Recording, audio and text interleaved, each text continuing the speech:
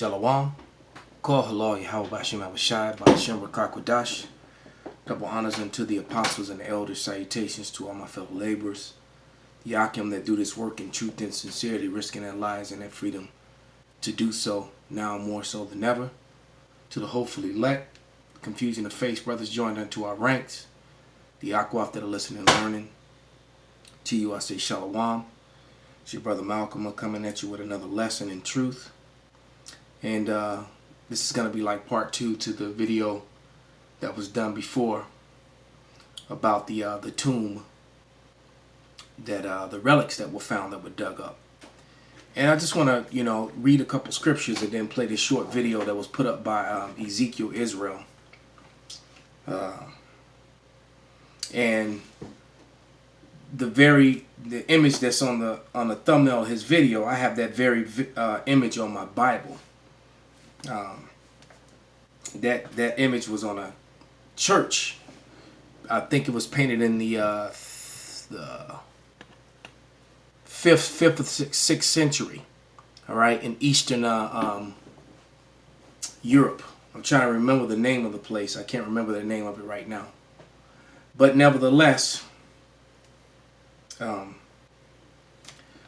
that period when Israel was inside of Greece, captive under the Greece and under the Grecian Empire during the time of Alexander of Macedonia, and then the uprisings of the Maccabees. So uprisings didn't just start with the slave trade that started, in the 1500s, with the northern kingdom first, then the southern kingdom, when they started taking Israelites away from straight out of Europe and into captivity and out of the west coast of Africa. When they started doing that, let me close this door. Salakia.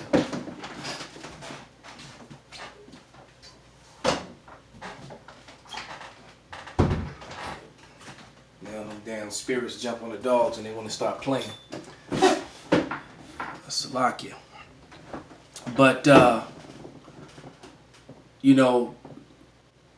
when before that all happened, there were uprisings during that time, during that kingdom, and that's where the story of the Maccabees, which you've never read it, I highly suggest that you read it. The story of the Maccabees is found in the Apocrypha, and the Maccabees is also you can find that in encyclopedias in secular history, and it matches up with the Bible perfectly.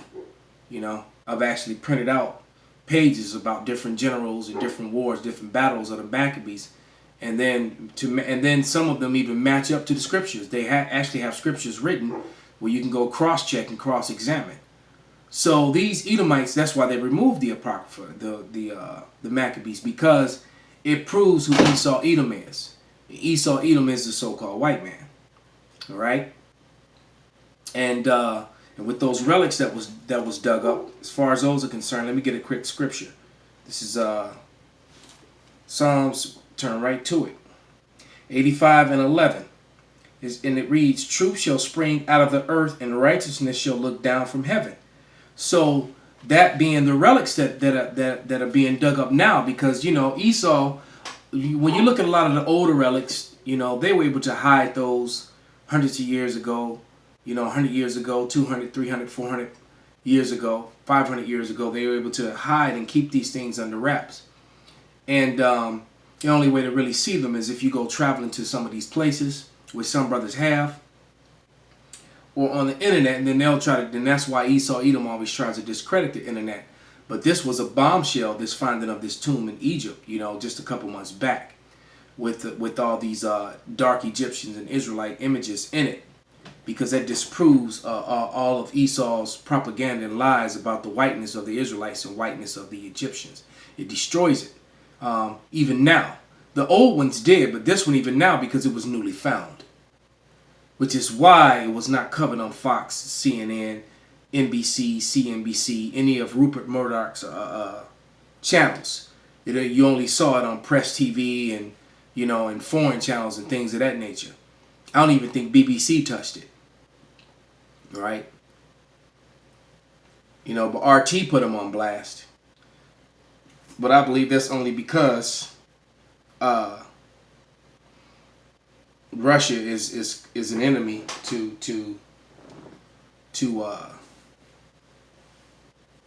is completely an enemy to Esau Edom here in America. All right, but there was an event that took place, because you got to remember John Hyrcanus of the Hasmonean dynasty, one of the Maccabean priests, a Levite priest, after conquering a bunch of Edomites during those battles during the Maccabees, there was a forced conversion, and Edomites were forced to follow the ways of the Bible and the Torah, and that really became your first sect of Jewish people, because some of them even fought with Jerusalem when Jerusalem went down and fought against the Romans. All right, but nevertheless, these Jewish people today trace their roots back to those converts who really had nothing to do with the Torah, who really had nothing to do with the Bible or the covenant. And so let's read an event that happened, that took place. This is First Maccabees, the 3rd chapter, and I'm going to start at verse 42.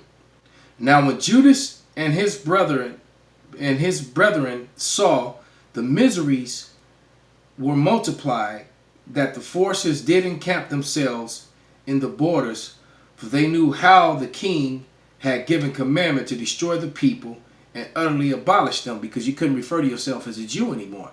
This is how the Israelites became strangers and became Gentiles, because they were calling themselves by Grecian names and speaking the Greek, dressing as Greeks, following Grecian customs, heathen customs, etc., for a 400-year period, between the time of Ezra the prophet and the time of Yahushua. Okay, so for that 400 years, when the disciples came on the scene, at the end of that 400-year period, it was Paul's duty to go to those scattered Israelites who either didn't know that they were Israelites or were keeping the Grecian ways. The Israelites that knew that they were Israelites, which the apostles, Peter being the head of, they were sanctioned to go only to the lost sheep of the house of Israel, not into Samaria. All right, so you have to understand what's going on here. All right, so so what I'm reading is the precursor to that, what led up to that condition of Israelites being referred to as Gentiles. All right, which they could have just put Hellenists there and that would have ended it all. But Esau is a devil, because when you look up the word Hellenist or Hellenista, it's pretty much going to give you around about the same definition, which means a Greek-speaking Jew. It was a Jew that spoke Greek or kept Greek customs. Those are the two definitions, roughly, of Hellenist and Hellenista. All right. So back to the Maccabees, the 3rd chapter, and I'm in the 43rd verse. And it says, and they said to one another, let us restore the decayed estate of our people, and let us fight for our people and the sanctuary. Then was the congregation gathered together, that they might be ready for battle, and that they might pray and ask mercy and compassion. Now Jerusalem lay void as a wilderness. All right. There was none of her children that went in or out. The sanctuary was also trodden down of aliens. Kept the stronghold. The heathen had their habitation in that place, and the joy was taken from Jacob, and the pipe and the harp ceased. Wherefore the Israelites assembled themselves together in Mashpha over against Jerusalem, for Mashpha was a place where they prayed aforetime in Israel. Then they fasted that day, and put on sackcloth, and cast ashes upon their heads, and rent their garments, and laid open the book of the law, wherein the heathen had sought to paint the likeness of their images. So these heathen had already begun painting the likeness of their images, saying that they were the Israelites, even way back then. So how much more so now? But the earth is revealing the evidence that they are not. The Bible has been revealing the evidence that they never were. The removing of so many scriptures in the slave Bible, that's all over the interwaves, the airwaves on the internet now. And Israel was reporting on it heavy. All right. Now you even have the sister Lisa Quibera went in on them and pretty much said, yes, we are the Hebrews, and the white people are Edomites. So I was, I knew that she knew that, and now she just confirmed it. Because her channel was monetized, and that's how she makes her living. You can only say so much, but she's out there now. So you can expect her channel to start really getting messed with more than it probably already has been, and she's professing her Israelite heritage basically. Now we need is Phil from the Advise Show to man up and do the same thing and stop talking about black and African and all that mess. You need to man up, Phil. All right. Lisa's a woman, so she gets a pass to a certain extent, but you're a man. You got to man up, bro. So, but nevertheless, these Edomites have been painting their likenesses, man. And the Bible tells you all through it of the darkness and the dark flesh and the woolly hair, and and then of course the relics prove it also. Without any further ado, let's let his video play. And he puts up some pertinent information in the scriptures. And like I said, I was familiar with a lot of these images. This is, matter of fact, one of the images in the thumbnail is the same one I have on my Bible, if you see it there. All right, that came from that church and that was a 5th or 6th century mosaic, whatever they call it, on the side of a church in Romania. It's actually in Romania. All right. So without any further ado, let's play this brother's video.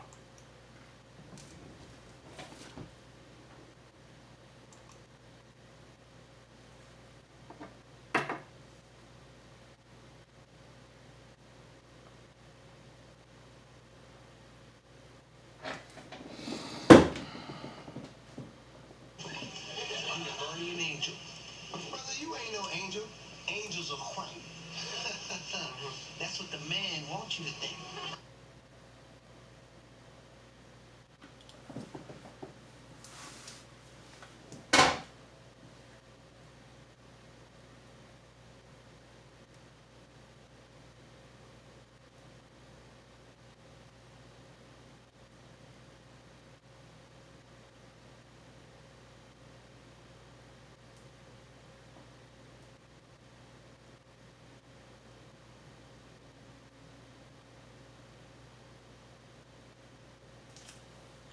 Now let me defend the brother here. All right, he's saying black only so that people would know what he's talking about. Because the truth be said, no one is black. People are different shades of brown, and peoples are different. And people are different shades of red. That's it. There's no such thing as white and black. Those are false social constructs that was created by the so-called white man. All right, no one's skin is actually black.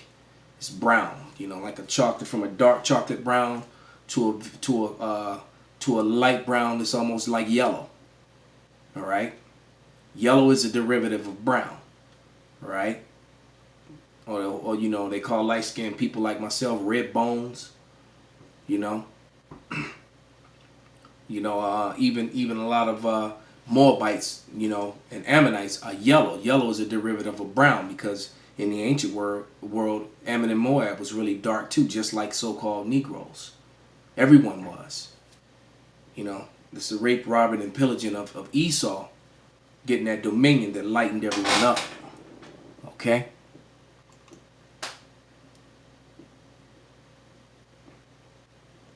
Art doesn't lie. 5th century mosaics. I even had some clown come on a video I did on the same subject, trying to say that how there was woolly haired white people. He tried to say that these people were really white. They just were. It's madness, man.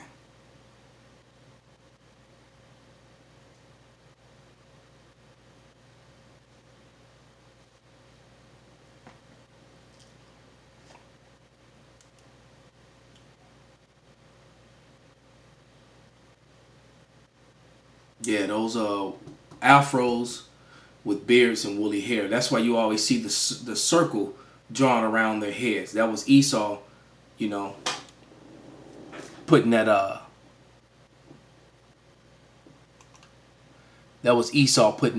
his twist on it.